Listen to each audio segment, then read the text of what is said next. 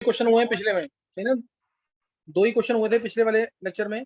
पहला क्वेश्चन बहुत इंपॉर्टेंट था। इस टाइप के बहुत क्वेश्चन हैं, तो इनको अगर करोगे तो कॉन्फिडेंस बढ़ेगा। दूसरा क्वेश्चन भी सही था, वो भी पूछा हुआ है नीट के पेपर में। नीट मतलब मेडिकल लेवल के किसी पेपर में पूछा। नेक्स्ट क्वेश्चन ट्राई करेंगे। 4 molar aqueous solution of NaCl is prepared। ऐसे लिखना है 500 millilitre of 4 molar aqueous NaCl is electrolyzed।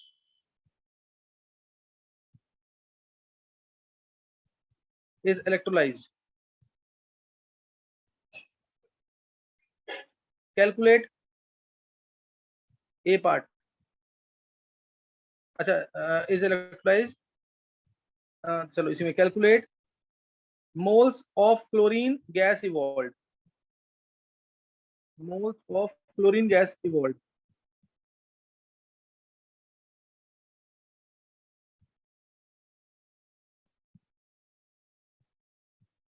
दूसरा बी पार्ट है।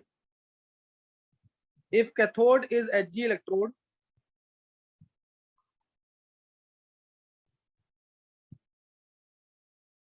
if cathode is Hg electrode, amalgam electrode, calculate maximum weight of amalgam formed।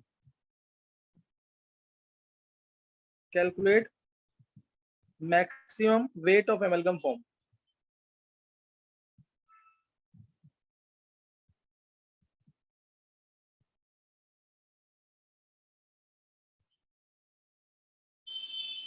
calculate maximum weight of amalgam formed। C total charge required। और mercury का मास 200 होता है, ये याद रखना है। Total charge required. करो जल्दी से।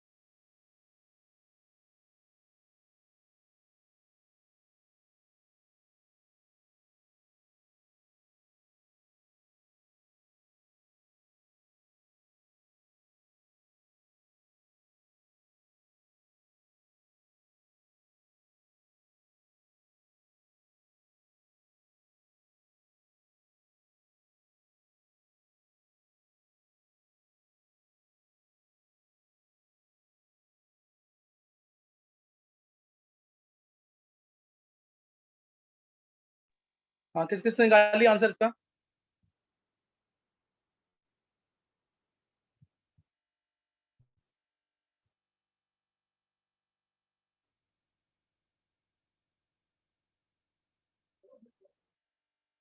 नित्या ने निकाल लिया, और किसने निकाला इसका आंसर? सर मयंक। चलो, नित्या ने निकाल लिया और मयंक ने निकाल लिया। और कोई? सर मैंने भी निकाल लिया।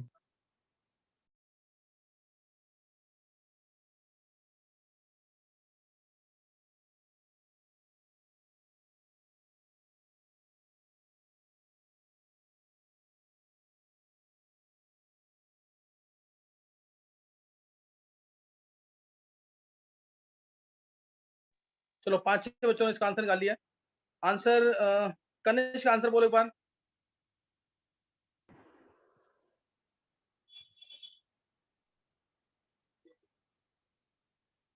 कनिष्क,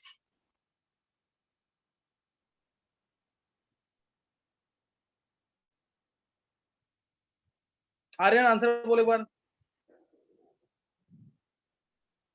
सर क्लोरीन तो 1 मोल इवॉल्व होगी और मास ऑफ एमेल्गम 446 ग्राम होगा और चार्ज हाँ, जो रिकॉर्ड होगा वो 2 फैराडे होगा।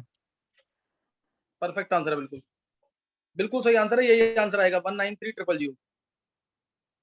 देखो sir, 500 millilitre of 4 molar, 500 millilitre of 4 molar मतलब 2 मोल हो गया सीधा ये। 2 मोल NaCl है।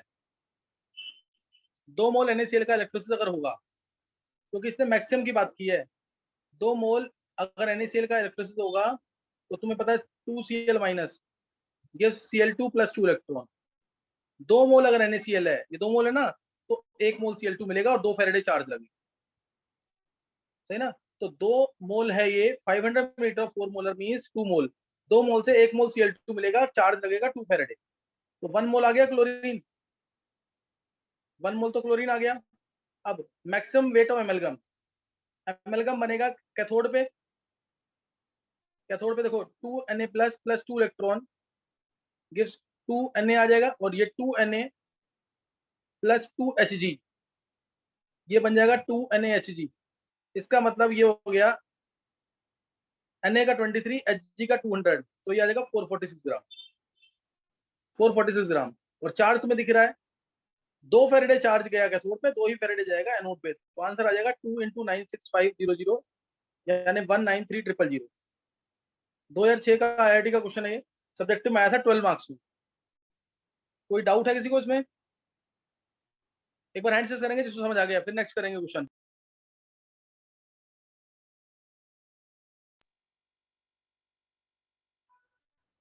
कनिष्क, मानव, प्रिया, नित्या, अर्नव, आन्या, जानवी, युविका, मयंक, छवि, नयन, ऋषिका, तनिष्क, सिद्धि, आर्यन, आर्यमन, चेतन, देव, कृष्णा। समझ नहीं आया ये? चेतन, देव और कृष्णा।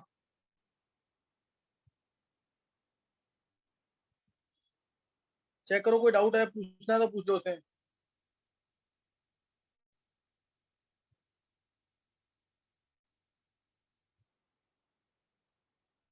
चेतन,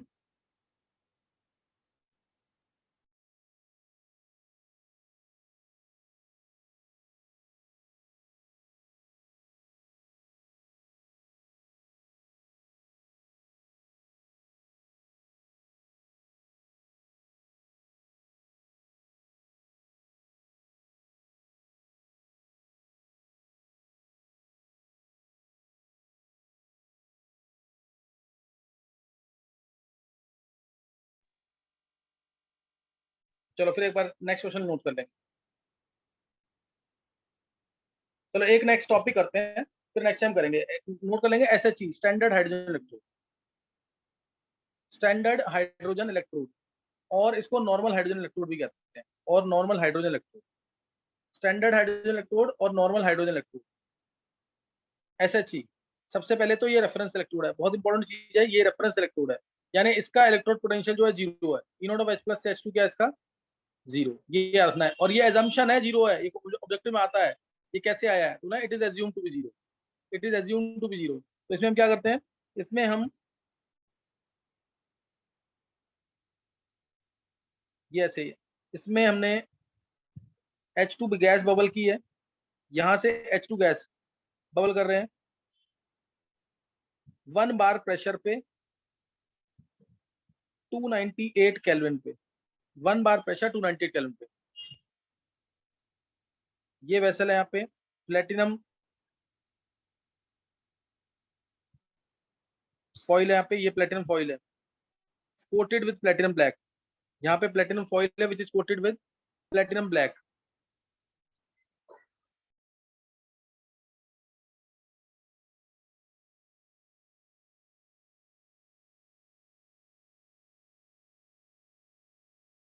सही ना, प्लेटिनम फॉइल है यहाँ पे which is coated with platinum black.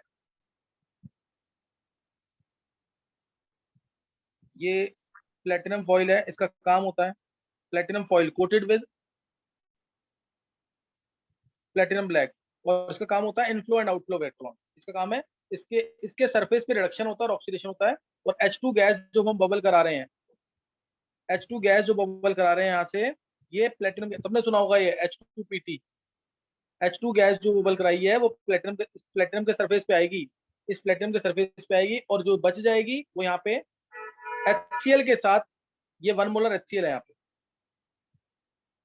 1 molar HCl के साथ इक्विलिब्रियम में रहेगी। 1 मोलर HCl के साथ ये रहेगी इक्विलिब्रियम में, H2 gives 2H plus 2 electrons, ये इसके साथ इक्विलिब्रियम में रहेगी। सही ना, जो H2 गैस बच जाएगी वो सॉल्यूशन में H प्लस आयंस के साथ, ये H प्लस आयंस कहाँ से मिलेंगे, HCl से, इसके साथ इक्विलिब्रियम में रहेगी। H2 प्लेटिनम फॉइल का फंक्शन पूछते हैं तो बोलेंगे inflow and outflow of electrons and it is used to absorb H2 gas, maximum amount of H2 gas passed, whatever H2 gas is left that remains in equilibrium with HCl, वो HCl के साथ equilibrium में रहेगा। अब ये इसका मैंने बता दिया वर्किंग। अब ये इसका जो H2, यहाँ पे जो H2 गैस है या HCl है, HCl की सॉल्यूशन, SHE जो है इसका मेन मोटिव है कि ये एनोड और कैथोड दोनों का काम कर सकता है। अगर यहाँ पे जो दूसरा इलेक्ट्रोड है उसकी टेंडेंसी इलेक्ट्रॉन लूज करने की है तो ये SHE इलेक्ट्रॉन गेन करेगा और HCl के H प्लस आयंस उन इलेक्ट्रॉन को गेन करेंगे। और अगर इसकी टेंडेंसी इलेक्ट्रॉन लूज करने की है तो दूसरा इलेक्ट्रोड काम करेगा कैथोड का। तो ये दोनों का काम कर सकता है, ये दोनों का काम कर सकता है if it is acting as anode. अगर ये एनोड का काम कर रहा है तो रिएक्शन ये होगी, यानी H2 गैस जो है वो H प्लस आयंस रिलीज करेगी। और अगर ये काम कर रहा है कैथोड का तो H plus ions from HCl, H plus ions from HCl will gain electron, और क्या बन जाएगा H2 और 2 इलेक्ट्रॉन। तो ये सारी डिटेल्स पता होनी चाहिए। 11th क्लास का क्वेश्चन इंपॉर्टेंट है ये, 12th में इतना इंपॉर्टेंट नहीं है। 12th में बस तुम्हें इसके क्वेश्चन आते हैं इसके ऊपर, ये कंस्ट्रक्शन वर्किंग ये सब नहीं आएगा इसका। तो इसमें किया क्या है मैंने, H2 गैस को बबल किया यहाँ से 1 बार प्रेशर पे 298 केल्विन पे, और ये यहाँ पे प्लेटिनम की फॉइल है, ये H2 गैस को एब्जॉर्ब करेगी मैक्सिमम अमाउंट पे, जो बच जाएगी H2 गैस वो H प्लस आयंस के साथ HCl के इक्विलिब्रियम में रहेगा H2 गैस, और इसी के सरफेस पे इनफ्लो और आउटफ्लो ऑफ इलेक्ट्रॉन्स भी होगा depending upon the other electrode. If the other electrode has a tendency to lose electron, then this SHE will gain electron, and if the other electrode has tendency to uh, uh, gain electron, then this SHE will lose electron. ये तुम्हें ध्यान रखना है, ये दोनों का काम करता है। और इसका ये स्टैंडर्ड हाइड्रोजन इलेक्ट्रोड है, इसका नेट EMF हम 0 मानते हैं, रेफरेंस इलेक्ट्रोड है ये क्या है, रेफरेंस इलेक्ट्रोड। लेकिन प्रैक्टिकली हम इसको यूज नहीं करते हैं, रीजन H2 गैस का प्रेशर 1 बार मेजर मेंटेन रखना वो टफ है, HCl गैस का 1 मोलर कंसंट्रेशन मेंटेन करना वो टफ है, और थोड़ा सा भी इंप्योरिटी आ जाएगी, अगर थोड़ी सी भी इंप्योरिटी आ जाती है कहीं से, then this cell gets poison and will not work efficiently. तो ये 3 रीजन है जिसकी वजह से हम SHE को प्रैक्टिकली यूज नहीं करते हैं। इसकी जगह एक इलेक्ट्रोड होता है metal metal ion electrode, metal metal insoluble salt salt anion electrode, और वो होता है Hg2Cl2 KCl। ये होता है metal metal insoluble salt salt का anion, metal metal insoluble salt salt anion electrode, इसको यूज करते हैं। इसके ऊपर क्वेश्चन IIT में बहुत बार आए हुए, सही ना, मैं वो क्वेश्चन कराऊंगा। बस ये इसे बोलते हैं कैलोमल इलेक्ट्रोड, इसको यूज करते हैं SHE की लिमिटेशन की वजह से। बोर्ड के सिलेबस में नहीं है ये, तो मैं इसकी डिटेल दूंगा भी। ये बस तुम्हें SHE के बारे में याद रखना जो मैंने बताया अभी। किसी को कोई डाउट कुछ पूछना हो SHE के बारे में?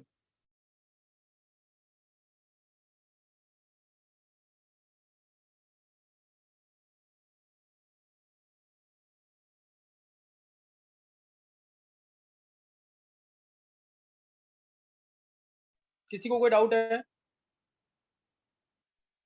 सर जो इलेक्ट्रॉन यहाँ पे एनोड पे निकल रहे हैं, एनोड की तरह जब बिहेव कर रहा है, वो सरफेस ऑफ प्लेटिनम पे ही हो रहा है, सारा इलेक्ट्रॉन ऑब्जॉर्बर वहीं से हो हाँ, रहे हैं। प्लेटिनम के सरफेस पे होगा।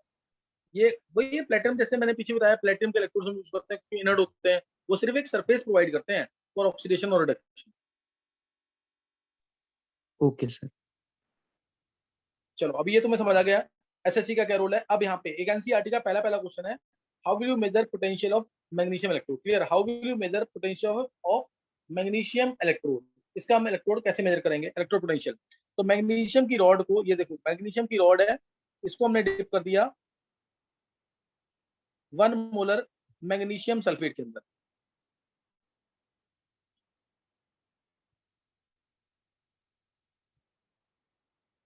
मैग्नीशियम की रॉड को डिप कर दिया 1 मोलर मैग्नीशियम सल्फेट में, और दोनों इलेक्ट्रोड को कनेक्ट कर दिया with the help of this conducting wire. Conducting wire के थ्रू हमने कनेक्ट कर दिया इन दोनों को, दोनों सॉल्यूशन को कनेक्ट कर दिया with the help of this inverted U shape tube called as salt bridge. Detail में तुम्हें दे चुका हूं इसकी। यहाँ पे हमारे पास कोई इनर्ट इलेक्ट्रोलाइट होगा, लाइक KCl और KNO3 और K2SO4।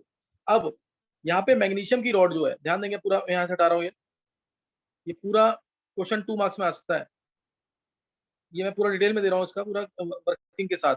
देखो अब यहाँ पे मैग्नीशियम की रॉड जो है वो इलेक्ट्रॉन लूज करेगी। मैग्नीशियम की रॉड जो है यहाँ से इलेक्ट्रॉन लूज करना स्टार्ट करेगी। मैग्नीशियम 2+ आयन सॉल्यूशन में जाएंगे, इलेक्ट्रॉन्स यहाँ से बाहर निकलेंगे, ट्रेवल करेंगे इस साइड, करंट इस डायरेक्शन में जाएगी, रीडिंग यहाँ आएगी। करंट इस डायरेक्शन में जाएगी, रीडिंग यहाँ पे आएगी, रीडिंग यहाँ पे आएगी। उससे पता लगेगा हमें, क्योंकि इसका तो इलेक्ट्रोड पोटेंशियल क्या होता है, 0 होता है। जो भी रीडिंग आएगी वो किसकी वजह से आएगी, मैग्नीशियम के इलेक्ट्रोड की वजह से। तो एनोड पे क्या हुआ, मैग्नीशियम ने इलेक्ट्रॉन लूज किए।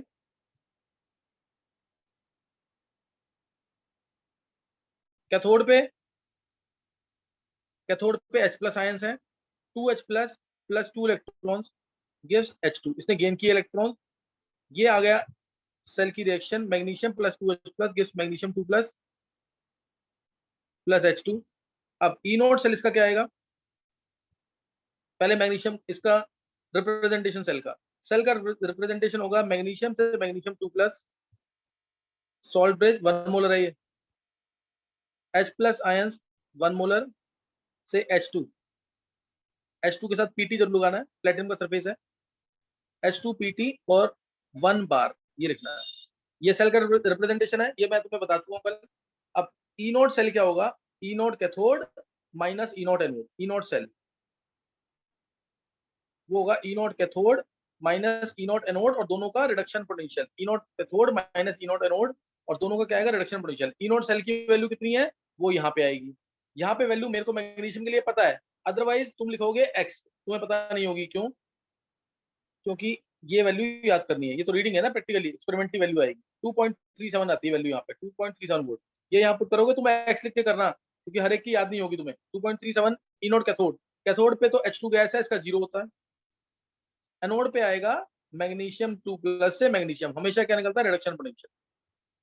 मैग्नीशियम 2+ से मैग्नीशियम, तो वैल्यू आ गई ई नोट ऑफ मैग्नीशियम 2+ से मैग्नीशियम की -2.37। इस तरह से निकालना है ये, इतना पार्ट दिखा देना है यहाँ से दिखा देना पेपर में, सफिशिएंट है, डायग्राम मत दिखाओ। ई नोट ऑफ मैग्नीशियम 2+ से मैग्नीशियम की वैल्यू आ जाएगी -2.37 वोल्ट। कोई डाउट है तो पूछ सकते हो।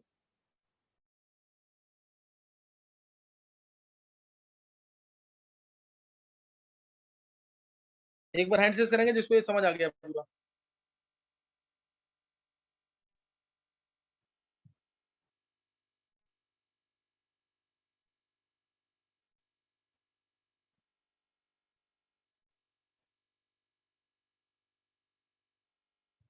जानवी, मानव, मयंक, प्रिया, कृष्णा, नव्या, अर्णव, आर्यन, युविका, कनिष्क, नयन, नित्या, तनेश, सिद्धि, आर्यमन।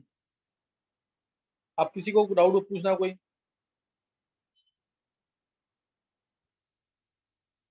किसी को कोई डाउट पूछना है अगर इसमें। चलो ये तुम्हें समझ आ गया इसका मतलब SHE। और इसे कोई भी आता क्वेश्चन बोलेगा how will you measure potential of copper electrode, copper तो इलेक्ट्रॉन गेन करेगा। How will you measure potential of zinc electrode, zinc electron lose करेगा विद रिस्पेक्ट टू हाइड्रोजन। तो कोई भी क्वेश्चन आता है, मैंने एक दिखा दिया जो तुम्हें एनसीईआरटी में आएगा, अदरवाइज कोई भी क्वेश्चन आता है। तो ये आ गया। अब कंडीशंस अगर ध्यान देंगे, कंडीशंस अगर अदर देन 1 बार है या 1 मोलर है या टेम्परेचर अदर देन 290 केल्विन है, उस केस में नर्स इक्वेशन अप्लाई होती है। उस केस में नर्स इक्वेशन अप्लाई होती है। कैसे अप्लाई होगी? कोई भी इक्वेशन है अगर, जैसे मान लिया a plus b gives x plus y, कोई भी इक्वेशन होती है, ये है। तो इसमें से डेल्टा जी सबको पता है, हमने पढ़ा रखा है 11th क्लास में। डेल्टा जी होता है delta G nought. Delta G है Gibson energy change under any other condition. Delta G nought है at fixed condition under standard condition is equal to delta G not plus RT natural log Q. ये 11th class में formula पढ़ा होगा Gibson energy change का, which is equal to delta G not plus RT natural log Q. अब delta G होता है minus NF E cell, delta G naught minus NF E not cell, और plus RT, ये भी formula पढ़ा होगा तुमने, और नहीं तो मैं बता देता हूँ। डेल्टा जी तुमने जो 11th में पढ़ा था उसको बोलते थे वर्क यूजफुल। जितनी कम डेल्टा जी की वैल्यू उतना वर्क यूजफुल होगा, जितनी कम इसकी value minus delta G. Work useful है, वर्क क्या होता है, वर्क क्या होगा, charge into potential difference. Work electrical work की बात कर रहे हैं ये, charge into potential difference. Charge कितना होगा, N फेरेडे है ना, N मोल्स इलेक्ट्रॉन गए अगर तो N फेरेडे हो जाएगा चार्ज। पोटेंशियल डिफरेंस कितना होता है, ई सेल। तो इसीलिए फॉर्मूला आ गया यहाँ से NF E सेल, जो मैंने लिखा है डेल्टा जी का फॉर्मूला NF E सेल, और डेल्टा जी नॉट है तो minus NF E not cell, तो minus NF E not cell plus RT natural log Q. अब कोई डाउट है तो पूछ सकते हो यहाँ पे पहले इस चीज में, इस चीज में कोई डाउट है तो पूछ सकते हो।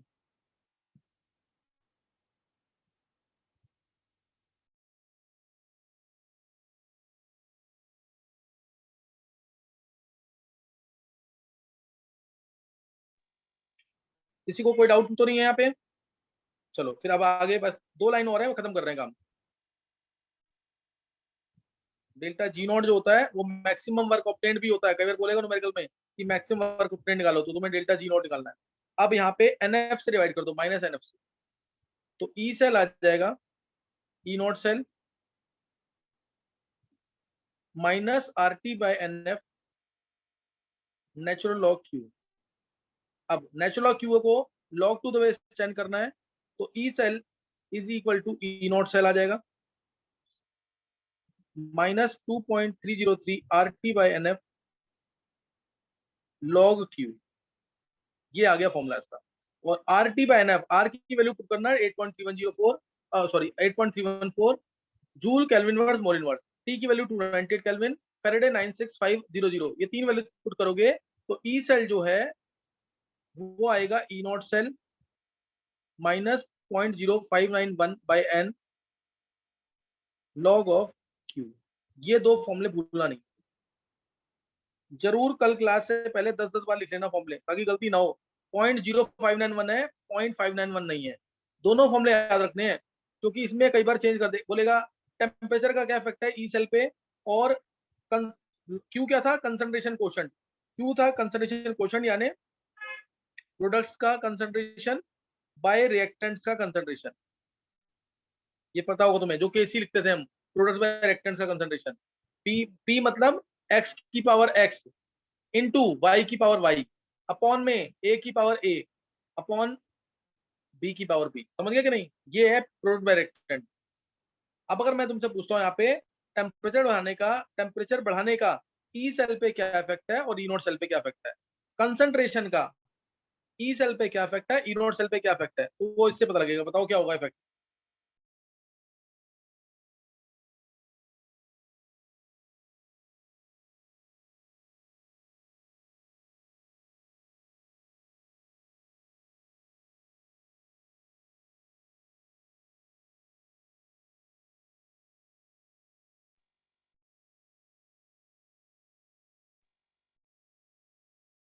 बोलना किसी को? देखो उधर टेम्परेचर सर बढ़ेगा अगर, डिक्रीज।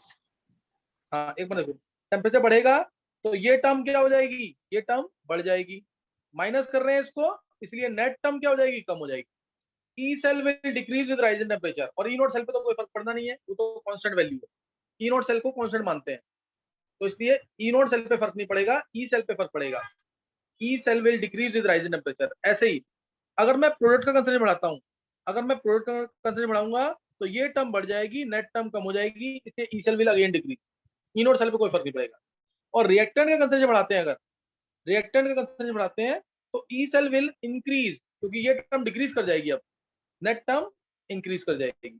इसलिए रिएक्टेंट का कंसेंट्रेशन बढ़ाओगे तो ई सेल इंक्रीज कर जाएगा, प्रोडक्ट का कंसेंट्रेशन बढ़ाओगे तो ई सेल डिक्रीज कर जाएगा। समझ गए कि नहीं? ये इसमें किसी को कोई डाउट नहीं होना चाहिए। अब एट इक्विलिब्रियम देखो, अब ये बहुत इंपॉर्टेंट चीज, एट इक्विलिब्रियम, इक्विलिब्रियम पे यानी सेल जब कंप्लीटली डिस्चार्ज हो चुका है तो उस केस में ई सेल को लेते हैं जीरो, ई सेल को लेंगे जीरो, सही ना? रिडक्शन पोटेंशियल और ऑक्सीडेशन पोटेंशियल दोनों बराबर हैं, ई सेल को लेंगे जीरो।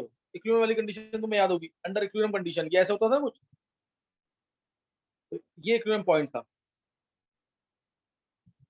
इक्विलिब्रियम पॉइंट था, रिडक्शन पोटेंशियल और ऑक्सीडेशन पोटेंशियल, रिडक्शन पोटेंशियल और ऑक्सीडेशन पोटेंशियल बराबर हो गए तो ई सेल हो जाएगा जीरो, डिस्चार्ज हो चुका सेल। तो ई सेल को जब जीरो पुट कर दोगे तो ई नोट सेल को इधर ले जाओगे तो माइनस में जाएगा, माइनस माइनस कैंसिल हो जाएंगे, तो ई नोट सेल आ जाएगा इक्विलिब्रियम पे, E nought cell is equal to 0.0591 by N log of KC, Q बन जाएगा केसी यानी इक्विलिब्रियम कांस्टेंट एट इक्विलिब्रियम। ये उससे ज्यादा इंपॉर्टेंट फॉर्मूला है, नीट पे तो हर साल एक्सपेक्टेड होता है कि इसका क्वेश्चन आएगा, और बोर्ड में क्वेश्चन ऐसे आता है, equilibrium constant is related to E not cell naught E cell. समझ गए कि नहीं? Equilibrium constant is related to E not cell naught E cell. क्या आंसर लिखेंगे?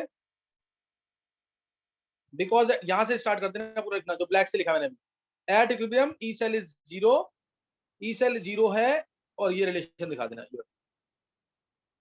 क्लियर हो गए कि नहीं फॉर्मुलेज यहाँ पे? और मैं तुम्हें दोबारा बोल रहा हूँ, ये तीनों फॉर्मुले 10 टाइम जरूर लिख के रखना ताकि गलती ना हो और तुम्हें पीछे देखना ना पड़े। किसी को डाउट है कोई? किसी को कोई डाउट है इसमें? No sir. चलो अभी यहाँ तक कर लेना, फॉर्मुले जरूर लिख के रखना। इसका टर्न भी कभी भी आता है, पीछे के न्यूमेरिकल सब मेरे को कराने हैं, मैं भी पीछे के न्यूमेरिकल से ही कराऊंगा, लेकिन ये फॉर्मुले मैं तुमसे पूछूंगा, याद होना चाहिए। अच्छा संडे को एक ओरल टेस्ट हो जाए क्या? एक बार हैंड से करना, कौन कौन ओरल टेस्ट दे देगा संडे को, इस संडे को? प्रिया, आन्या, जानवी, तनेश, कृष्णा, सर नित्या। इलेक्ट्रोकेमिस्ट्री का। इलेक्ट्रोकेमिस्ट्री ओरल टेस्ट, हाँ। आर्यन,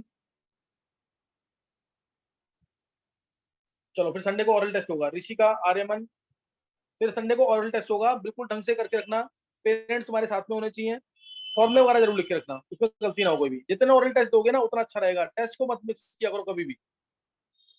संडे को एक ओरल टेस्ट भी होगा, और यहाँ तक पढ़ के रखना तुम, यहाँ तक न्यूमेरिकल्स फॉर्मुले सब लिख के रखो, चारों चैप्टर के फॉर्मुले कर लेना, अब चौथा चैप्टर खत्म होने वाला है। चलो नेक्स्ट टाइम करेंगे आगे। Okay thanks.